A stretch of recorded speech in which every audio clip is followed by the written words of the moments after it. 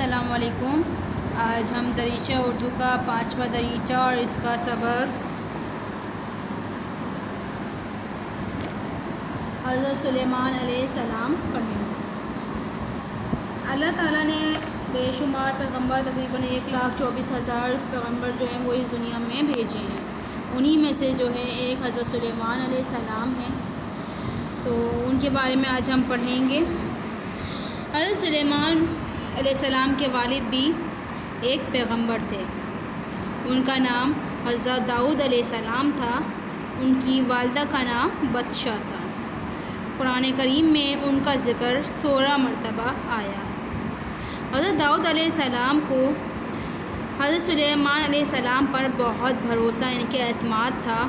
اکثر اہم کاموں کے سلسلے میں آپ حضرت سلیمان علیہ السلام سے مشورہ لیا کرتے تھے، یعنی کہ اپنی تمام اولادوں میں سے جو ہے وہ ان پہ بہت زیادہ بھروسہ کرتے تھے، اور کوئی بھی اہم کام جو ہوتا تھا اس کے لیے مشورہ آپ سے ضرور کیا کرتے تھے۔ آپ بچپن ہی سے بہت ذہین تھے۔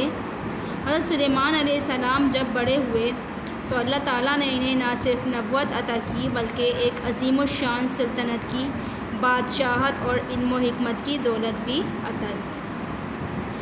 آپ نے مصر سے لے کر فرات یعنی عراق تک ایک بے مثال حکومت کی۔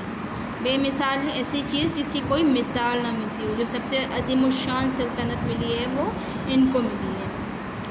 اس کے علاوہ اللہ پاک نے انہیں بہت نوازا تھا اور چند ایسی خصوصیات بخشی تھی جو انہیں عام انسانوں سے ممتاز کرتی تھی، یعنی کہ ان کو جو عام انسانوں میں موجود نہیں تھی، ایسی خصوصیات جو ہیں وہ ان کو عطا کی گئی۔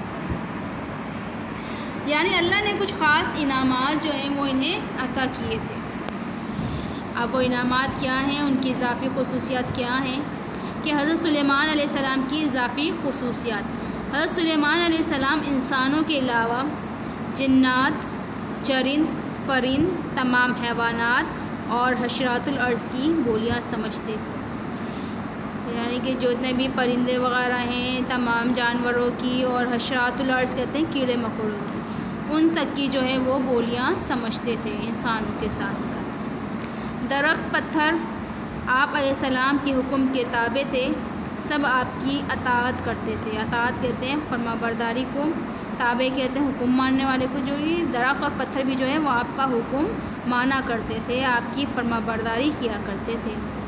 ہوا بھی ان کے حکم سے اپنی رفتار تیز یا کم کر دیتی تھی، کہ آپ جب ان کو حکم دیا کرتے تھے تو وہ ہوا جو ہے کم ہو جاتی تھی یا پھر تیز ہو جایا کرتی تھی۔ ان کا تخت جو تھا وہ ہوا سے بھی زیادہ تیز چلتا تھا۔ سورہ سبا میں ارشاد باری تعالیٰ ہے: اور ہم نے سلیمان علیہ السلام کے لیے مسخر کر دیا، مسخر یعنی کہ تابع کر دیا، فرما بردار کر دیا، حکم ماننے والا کر دیا۔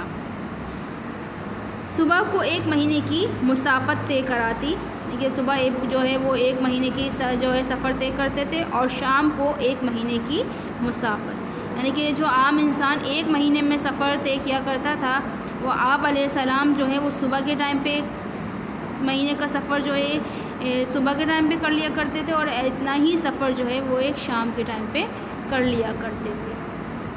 آپ کے پاس بڑے بڑے بحری جہاز تھے۔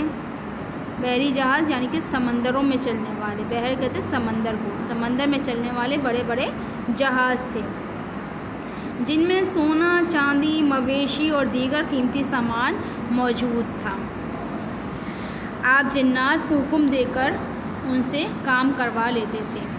جنات بھی جو ہے وہ آپ کے حکم کے تابع تھے، آپ کا حکم مانتے تھے، اور آپ کو جو بھی کام کروانا ہوا کرتا تھا، مشکل سے مشکل ہوتا تو وہ آپ جو ہے جنات کو حکم دے کر ان سے کام کروا لیتے تھے۔ قرآن کریم میں بیان کیا گیا ہے کہ جو کچھ سلیمان چاہتے وہ جنات تیار کر دیتے تھے، کہ جو بھی آپ چاہتے تھے کہ یہ تیار ہو جائے تو وہ جنات کو حکم دے کے ان سے کام کروا لیا کرتے تھے۔ مثلاً قلعے، مجسمے اور حوضوں کے برابر لگن کہتے ہیں پرات یا پھر ٹب کو، اور چولہوں پر جمی مضبوط دیگیں۔ یہ سورہ سبا کی آیت نمبر 13 میں یہ ذکر موجود ہے، ٹھیک ہے۔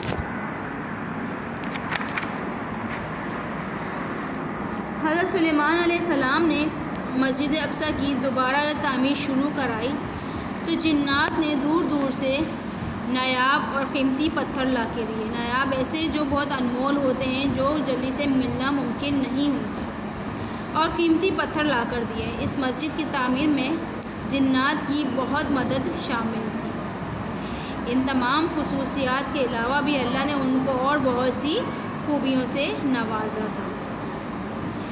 اس کے باوجود انہوں نے کبھی غرور نہ کیا، کہ جب ان کو اتنی ساری چیزیں اللہ تعالیٰ نے عطا کروائی تھی جو انہیں عام انسانوں سے ممتاز بھی کر دی تھی، اور وہ یہ خوبیاں جو ہیں عام انسانوں میں موجود نہیں تھیں، تو اس کے باوجود آپ نے کبھی غرور فخر کا جو ہے وہ اظہار نہ کیا، بلکہ بادشاہ ہونے کے باوجود عاجزی سے رہتے تھے۔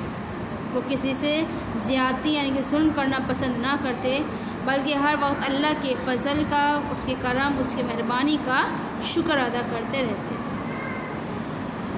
حضرت سلیمان علیہ السلام اور ملکہ سبا کا واقعہ قرآن پاک میں درج ہے۔ سبا کا علاقہ عرب کے جنوبی حصے میں تھا۔ سبا کی ملکہ بہت ذہین اور خوبصورت تھی۔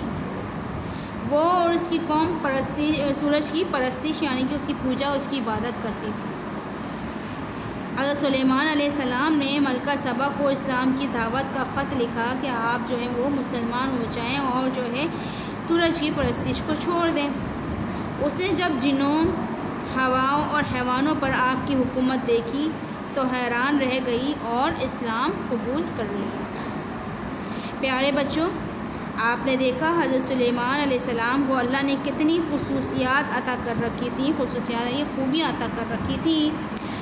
اگر ان کی جگہ کوئی عام انسان ہوتا تو غرور اور فخر سے کسی کو خاطر میں نہ لاتا۔ ہوتا ہے نا آج کل کسی کو ذرا سی بھی کوئی چیز نہیں جو ایسی مل جاتی جو دوسروں کے پاس نہیں ہوتی، تو اس پہ جو ہے غرور، فخر، تکبر کرنے لگ جاتے ہیں اپنے آپ پر۔ تو لیکن آپ علیہ السلام جو ہے ان کے پاس اتنی اضافی خوبیاں تھیں، اتنی خصوصیات تھیں، لیکن وہ پھر بھی جو ہے وہ فخر غرور نہیں کرتے تھے۔ لیکن آپ بہت منکسر المزاج یعنی کہ سادہ مزاج تھے اور شکر گزار انسان تھے کہ اللہ تعالیٰ کی نعمتوں کا ہر وقت جو ہے وہ شکر ادا کرتے رہتے تھے۔ ہمیں چاہیے ہم بھی اللہ کی نعمتیں پا کر مغرور نہ ہوں، بلکہ ہر وقت اس کا شکر ادا کریں۔ یعنی کہ اللہ تعالیٰ نے ہمیں جو نعمتیں دی ہیں اس پہ اکڑ غرور دکھانے کے بجائے اللہ تعالیٰ کا ہر وقت شکر ادا کرتے رہیں۔ اگر ہم اللہ تعالیٰ کا شکر ادا کرتے رہیں گے تو کیا ہوگا کہ اللہ تعالیٰ ہم سے خوش ہوگا اور ہمیں اور بھی بہت سی نعمتوں سے نوازے گا۔